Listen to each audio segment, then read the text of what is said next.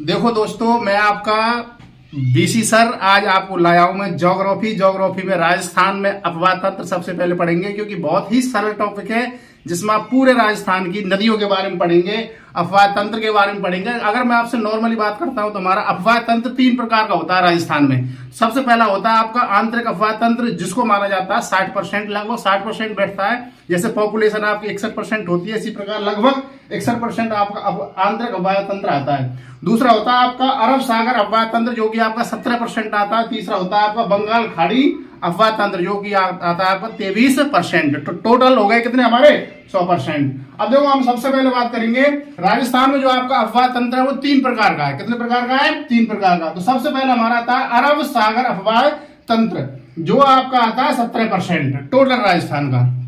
दूसरा बात करते हैं आपके अंतर प्रवाही नदियां या अंतर प्रवाह क्षेत्र या अंतर प्रवाही नदियों वाला अपवाह तंत्र, जो आता है आपका 60%। और तीसरा होता है आपका बंगाल की खाड़ी की नदियों का अपवाह तंत्र, जो आपका आता है 23%। टोटल कितने हो गए आपके? 23, 17 और 60, 100।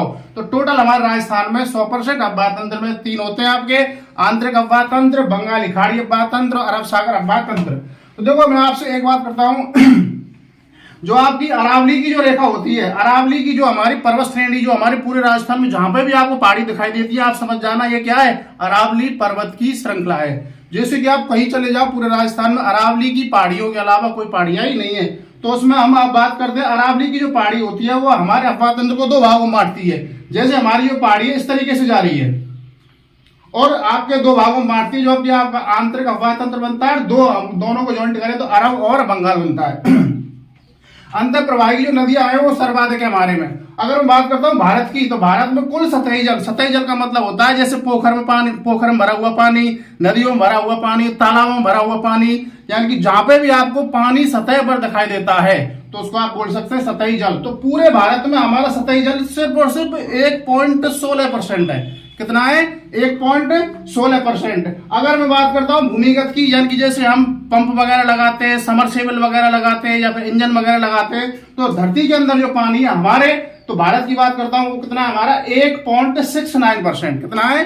1.69%। अब देखो, मैं आपसे बात करता हूं राजस्थान में कुल नदी बेसिन। अगर नदी बेसिन का मतलब होता है कि नदी जहां से हुए जाती है, तो वो हमारी 15 है। लेकिन उप बेसिन की बात करता हूं कि जो बेसिन में से ही छोटी छोटी जो नदियां छटती हैं, तो वो हमारी बैठती है 58 कुल मिलाकर। अब बात करते हैं आगे। तो सबसे पहले मैं आपका टॉपिक ले रहा हूं अरब सागर की नदियां। देखो, अरब सागर की जो हमारी नदियां हैं, नॉर्मल वे में आपको 4 ध्यान रखनी है। कितनी ध्यान रखनी है? 4।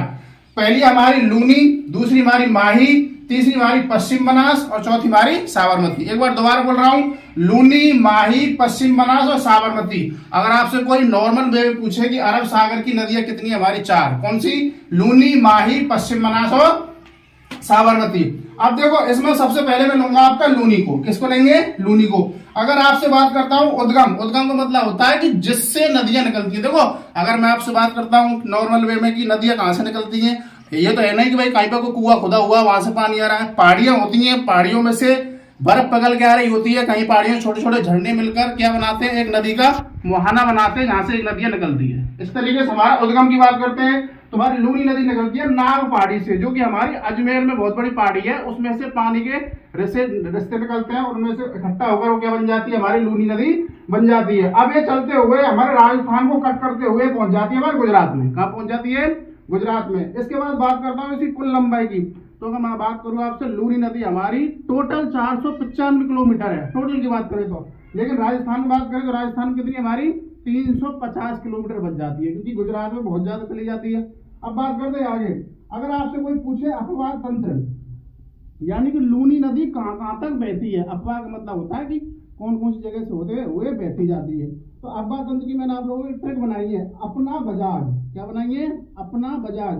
तो ए का मतलब होता है अजमेर, पा का मतलब होता है पाली, ना का मतलब होता है नागौर, बा का मतलब होता है बाड़मेर और जा का मतलब होता है जालोर और जे का मतलब यहाँ पे आपको ध्यान रखना है जोधपुर यानी मारवाड़।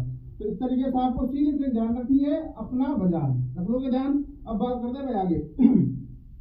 देखो अगर मैं आपसे बात करता हूँ सहायक नदियों का मतलब होता है जैसे लूनी नदियों में छोटी छोटी नदियाँ कौन कौन सी जा रही है, जो उसके साथ में जाके और पानी का मुहाना बढ़ाती है और कई क्षेत्रों को जलमग्न करती है। तो उसकी भी मैंने आपको एक ट्रिक बनाई है जो आपको याद रखने में सहायता रहेगी। देखो, सूखी बाड़ी खारी जो जवाई से मिली, दोबारा बोलूंगा एक बार, सूखी बाड़ी खारी जो जवाई से मिली। देखो आपने देखा होगा कि जो राजस्थान में जो मरुस्थलीय प्रदेश है वहां पे एक सांप पाया जाता है जिसको बोलते हैं बाड़ी। क्या बोलते हैं? बाड़ी।